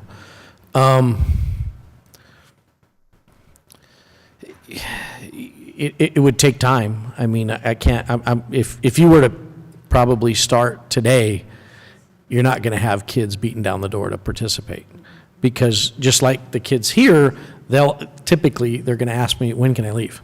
They really don't enjoy sitting here listening to a bunch of adults, right? Maybe if, you know, when you think of 50%, well, okay, maybe then that's not too much. If you think of some way to incentivize it, maybe there's something there. But I think at the end of the day, trying to engage with our students and give them a voice, I think that's a positive step. I just, you know, I would encourage the board to really think through what you want it to look like, but be patient with it. You're not gonna, you know, it's not gonna just probably catch fire overnight. And then you're going to have waves. You're going to have some people, you know, students go through the system fast, and it depends on how you set it up. So if it's a 1-year term, you may not get to know the student very well. If they were multi-year terms, you might get to know the student pretty well. Is it a lot for a student to be able to maybe understand the needs of Chaparral, Sunland Park, and Anthony, you know, Gadsden? I don't know. So you got to ask yourself some of those questions. For voting rights, I mean, we can't give them voting rights here, right? Madam President, I do not see how that occurs. Now, you know, we have legal that we can talk to, but voting rights come with an election. Yeah. And without the election through the community, I don't see how that occurs. Can they be, Like honorary, like you vote or something like that? Well, can they be advisors? Or advisors? I mean, yeah, of course. So we could, you know, something of that nature could occur. Yeah. Madam President, so I think that, I mean, I like the idea. It's, you know, the voice, the student voice is excellent. But I do think that we need to be cautious. I was thinking definitely on the voting. I believe the state of New Mexico, we had kind of looked into it. But making sure that we are following what's necessary, right? But like Mr. Lira said, we are elected. So I don't think that it's that easy to give them that voice, at least in this area, right? I think that there could be a lot of preparation and rolling out a good program where their voice is really heard, right? Maybe not voting I know that there was an organization at one point, and it's a pretty big organization that wanted to create something like that, and it seems like it really didn't move forward because there's not that commitment, there's not that dedication, and maybe it could be because they don't understand, right? So I think that preparing them so that they know what they're getting into, right? I mean, even as adults, sometimes we might forget that we decided to be here, and that's why we have to be responsible for what we decided to do, right? And so having something of that nature is going to implicate a lot of time, a lot of dedication, and yes, could there be students that are interested? Most definitely. There's going to be students that want to learn more in the process. But again, I think we need to, I don't know, in a way I feel like this could be a state initiative. And I'm not saying that we can't do anything, but I think for it to be to that magnitude, it really has to have more leverage from others, knowing exactly what is allowed and what's not allowed. But I think like the students here, and I get it, I see that we want more, right? We want to know more from them. But when they come here, it really is to highlight, they're representing, and like you said, you mentioned, right? We have gone to those meetings, and it's quite interesting because yes, they're going to state their voice and what they like and or they don't like, and the way they express it is pretty interesting. So at the end, when they're here, they're really bringing what they're truly seeing. It's not like it's scripted. I don't think, maybe they're helped. I mean, I don't know the process, but I don't think that it's really scripted because it is information that, like you said, we all should know this, right? But finding a way to make it local, I don't think getting to this point is gonna be so quick, right? It's gonna take a while, but can it get there?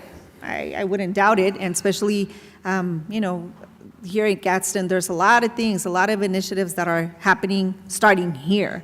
There's a lot of pilot programs because the state sees that, right? But rolling it out in a very smooth way and slowly, just to make sure that it's something that's convenient for the district.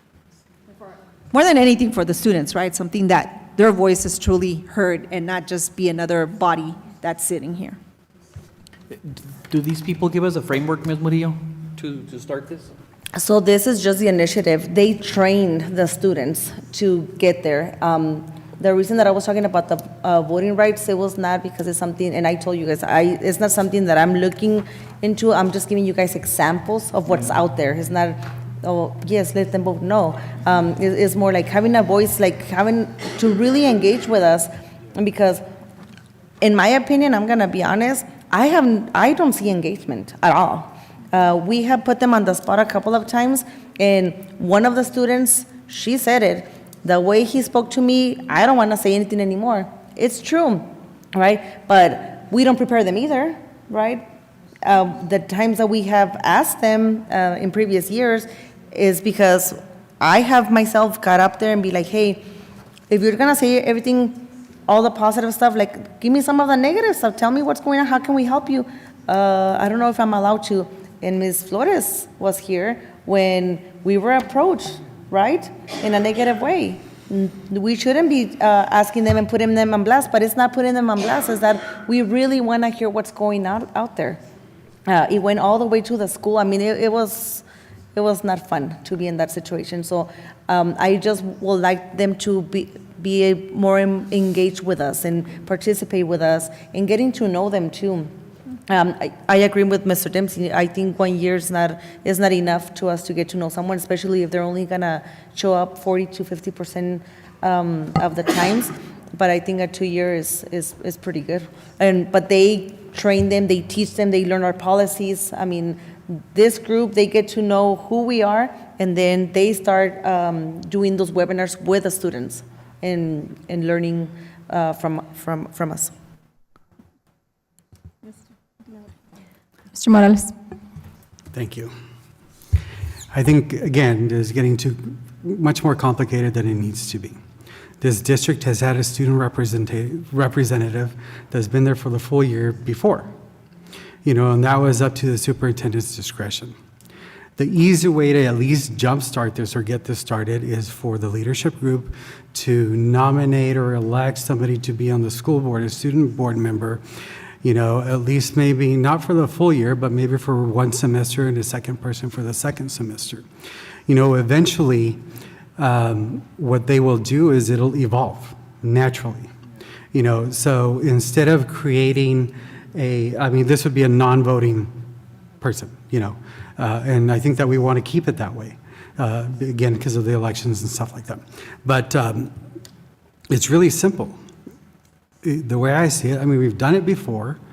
Get the leadership group that's already there. We have how many thousands of students in high school? Surely there's one that wants to participate in this. And if it's brought to the student body the right way, that says, hey, the superintendent is opening up this position, to do this. So we start up with the leadership, the student leadership, and we get a member from there that's someone that is willing to be here. They decide whether they, just like us, whether we're going to be here or not, or we're going to join online. They decide what they're going to do, and that position will eventually evolve. And, we'll get to know them. We don't need to know everything about them, but what we do want to know is how they're feeling about their school and where they're feeling about, their fellow classmates and what we can do to support them.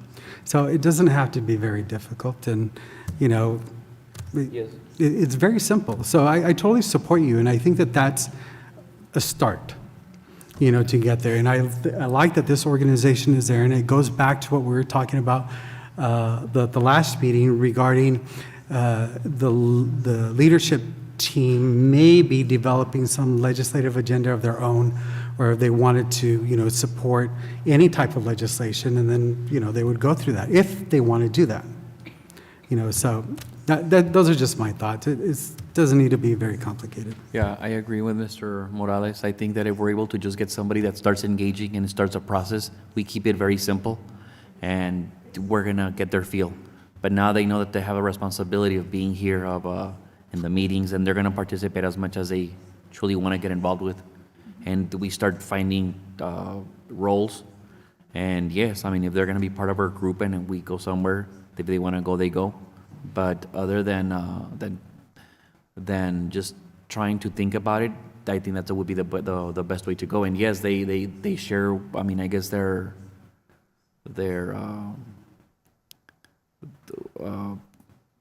concerns or what, and give them some guidelines. I'm like, hey, you're responsible for this. What are the concerns in, I guess, different schools or in your school, just for, I guess now they're going to be the voice of the students. How are we going to make sure that they're getting the other schools heard? Whatever that process is, if we put some boundaries and guidelines, and then bring a student, I think that's the easiest way to kind of get this started, without having wasting months doing some framework, and see first. They're going to give us a chance, and we give them a chance to see where it goes.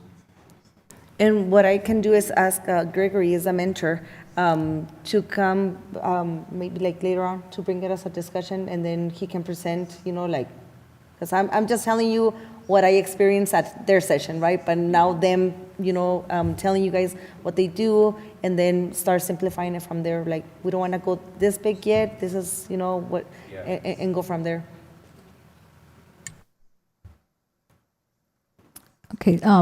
I'm going to say I agree with all of you with little bits and pieces of what you said, and so I like the fact that you make things I tend to make things complicated, and you're a very simple guy, so I appreciate your comments. And as I was listening to you guys, I kept looking at our mission statement, and so I really think that we need to explore this idea of having student board members, because our mission statement does say that we need to provide diverse education opportunities that empower students, and the key word is empower students. And I think this is an avenue, definitely a wonderful way to really to provide the platform for our students to have meaningful representation of their voice. So yes, I think we should start exploring. But thank you for your presentation. Thank you. With that being said, we conclude our discussion items. So moving on to our next agenda item is upcoming board meetings and events. Just a reminder to my colleagues that Monday, February 16 is the deadline to request items so that we can put them on the agenda. So please contact myself or Mr. Dempsey or both of us. And then just a reminder that next week we'll be traveling to Santa Fe. Make sure that if you are going, please let Ms. Mary Lou Delgado know so she can make the travel arrangements for the cars. And then I'm not going to read the rest, but there's that.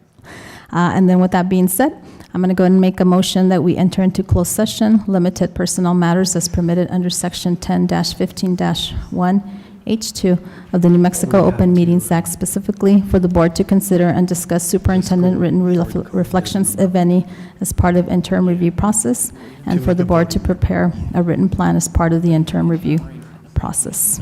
With that being said, Ms. Delgado, can you please take roll call so that, see if we can enter closed session?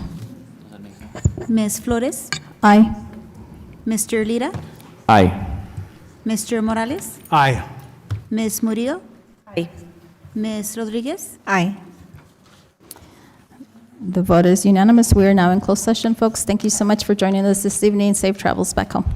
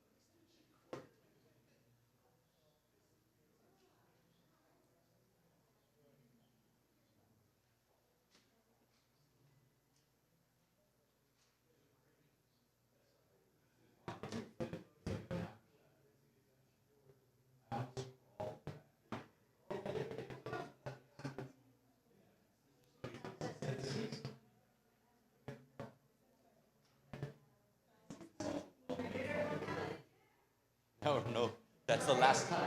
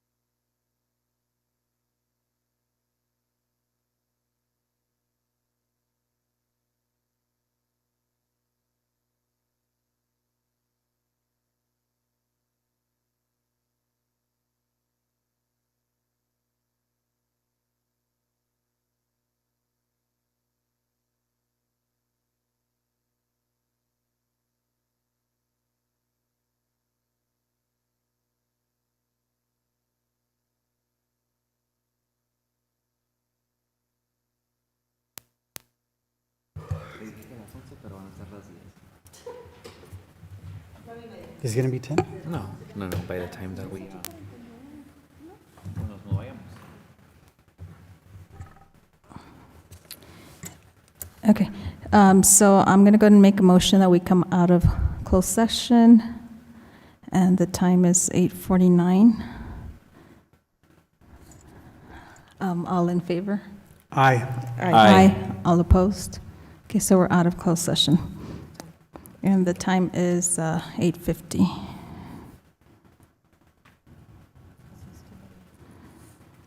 Okay, I'm going to go ahead and make the motion that we approve this evening's performance improvement plan for superintendent that we came up with in an executive session. So with that being said, all in favor? Aye. Aye.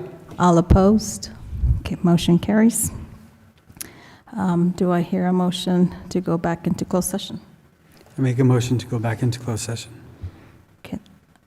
So Mr. Morales has made a motion to go back into closed session. Limited personal matters is permitted under Section 1015-1H2 of the New Mexico Open Meetings Act, specifically for the board to hold an evaluation conference with the superintendent to discuss written plan as part of the interim review process. So we're going back to closed session. Ms. Murillo, can you take roll call? Yes. Mr. Morales? Aye. Mr. Lira? Aye. Vice President Rodriguez? Aye. I say an aye. President Flores? Aye. Okay, motion carries. We are now in closed session. The time is 8:51.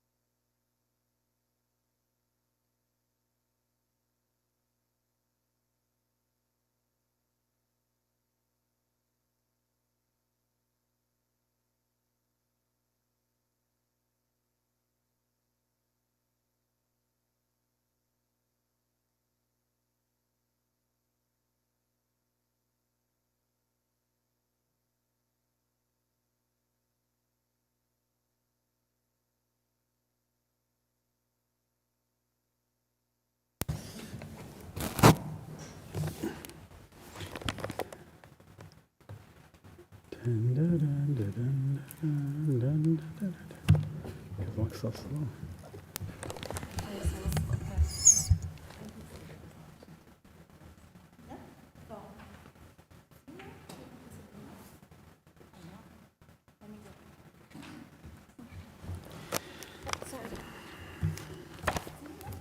What?